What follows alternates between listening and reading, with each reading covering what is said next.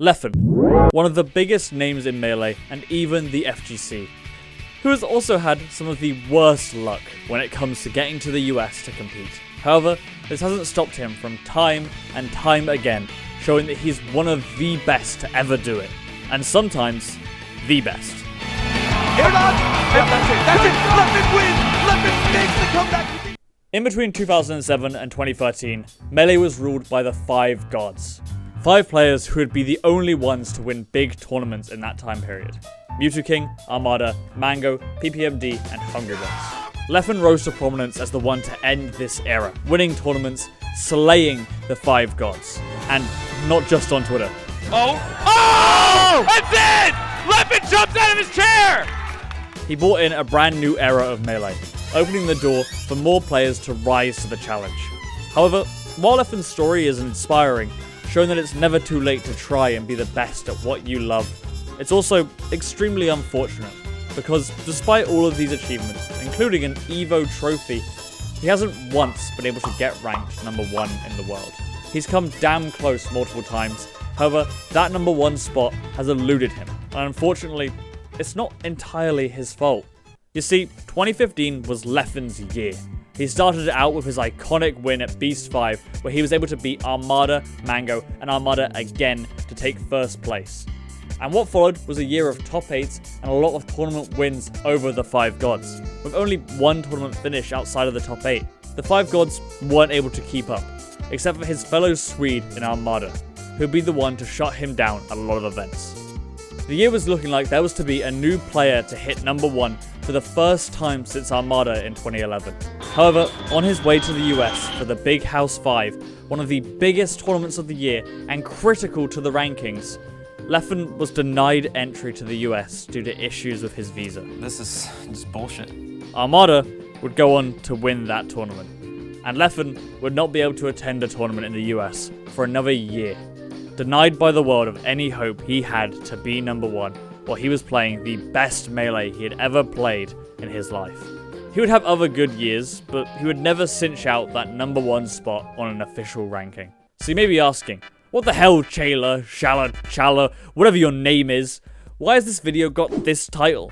I expected to see some kick-ass story of triumph. Don't worry, I'll wrap around to there. But we need our villain's tragic backstory first, before he finds redemption. Did no one teach you about storytelling? Because, I mean, I don't think anyone taught me. You see, what I want to talk about is 2 occasions that sparked a certain feeling in me and the rest of the Melee community. The first of these occasions was during his year out of the US.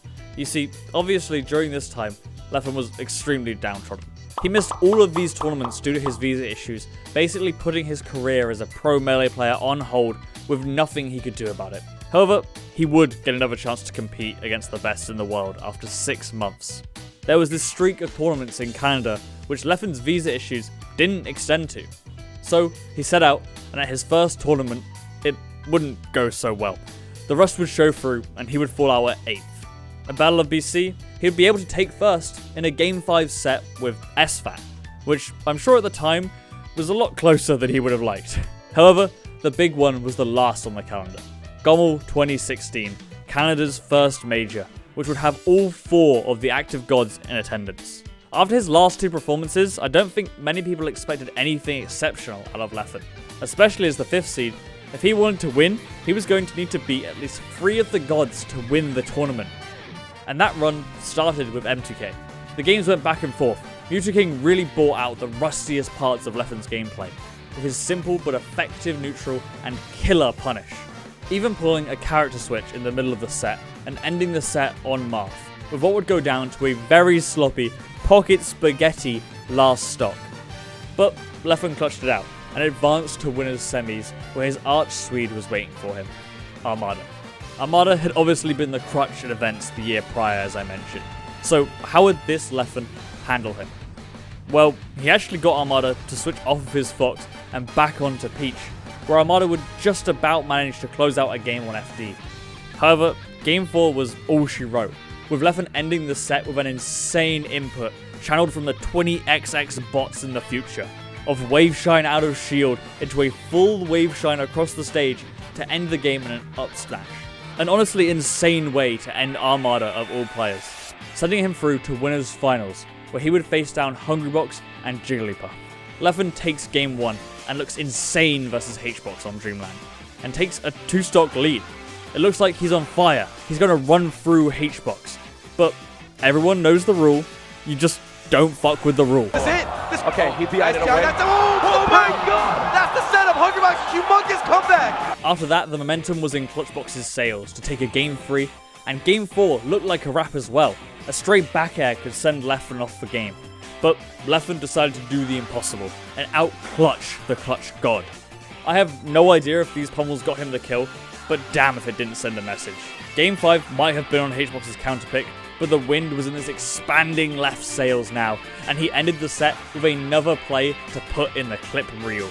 Yes, he goes out there. This should be it. But he shines! He shines! I don't think he has jumps! He doesn't have jumps! That's 3 gods down on the way to winner's side of Grand Finals. An already insane run from someone who had been barred from competing for months now, who was now looking like the best player in the whole world. Yet, there was one more god to come.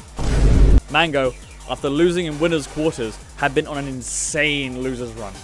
And suddenly, it's looking like Leffen might not be the protagonist of this story. A loser's Mango is a hard train to stop. But here we stand, in Grand Finals. Leffen looks like he's in top form, erasing Mango's stocks multiple times, along with, at the time, his patented incredible ledge dashes. He looks to dismantle Mango, who on Leffen's set point counterpicks with his Marth, which he had dabbled in a lot of the time, even taking games off of Armada with it. This pick would make a legendary clip on the first stock. I'm beside myself right now, Dream! The Mango Marth? What is going on?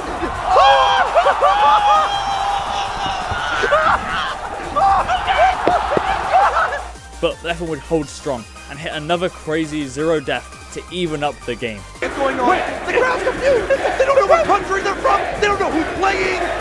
Canada, get it together, I know! And even though it looked lost, he manages to bring it back and take the tournament. Air dodge! Yep, that's it, that's it! Leffen wins! Leffen makes the comeback! He beats all 4 gods in the wake! GOMOCH 2016 was historic as the only time someone would win an event beating all 4 active gods. One of the most insane tournament runs, despite winning from winners. GOMOCH also shows the true point I want to make in this video. And that's, while Leffen never got number 1 in the rankings, Leffen has a special trait that you can only see from those who reach number 1. But honestly, I feel this trait is more exaggerated in him than in any other top player I have watched in my time playing Melee. When he is on, when he is playing at his best, it can even be for only 1 tournament. Something about his play is so confident, so clean, so precise, that it seems impossible to beat. He just asserts himself to everyone, so that they know, without question, that right now, in that very moment, Leffen stands on top of that world that seems to so often want to deny him the chance at standing there. However, no tournament exemplifies this feeling more than that of EVO 2018.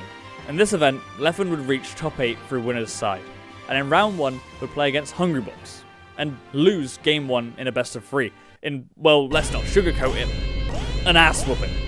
But in the next game, Leffen clutches it out, and then methodically puts down hbox in game 3. It looked like he was on.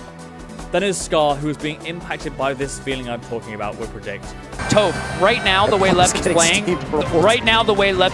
I feel, I'm probably wrong, but I literally feel like he is going to win the next 5 games and be the EVO 2018 champion. He would do exactly that.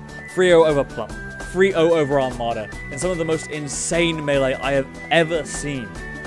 EVO 2018 sticks in my mind because of Leffen's play on that day. Never have I seen a player assert themselves so dominantly on the world's biggest stage. To that point, every other player looked hopeless. How could someone possibly beat that? Like it was inevitable that Leffen was going to win. Because at this moment, though the rankings might not reflect it, Leffen was undoubtedly the best in the world.